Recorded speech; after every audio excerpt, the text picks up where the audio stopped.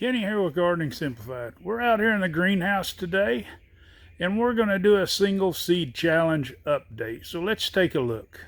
I may have got carried away growing citrus, but you know, it all starts with that single seed.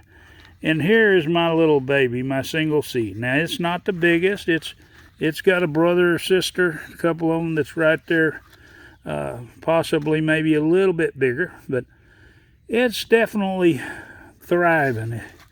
It has quite a few leaves on it, and I think once it gets hold, and I'm going to do a little bit of fertilizing on these, get them to going a little bit more, but I think we're well on our way to eventually seeing some great fruits.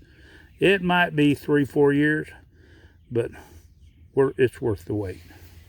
But anyway, I hope you appreciated this update. And of course, hit that subscribe if you want to see more. Hit the bell so you'll be notified.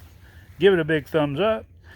And we're going to talk just a little bit about this single seed challenge. Now, this single seed challenge, it was started by Scott Head on the Black Gumbo YouTube channel. And he's been doing it for a few years. And what this is you take one seed. It doesn't matter what it is. It can be a cucumber, it can be some flower, it could be anything.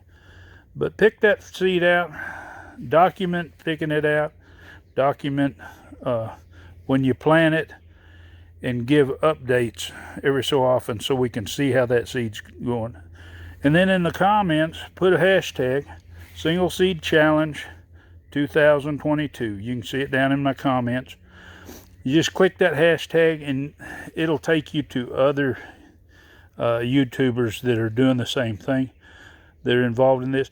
And it's really neat because normally you plant a bunch of them like I plant a bunch of them, but when you do this single seed challenge, and a lot of times they say just plant, that be the only one that you plant.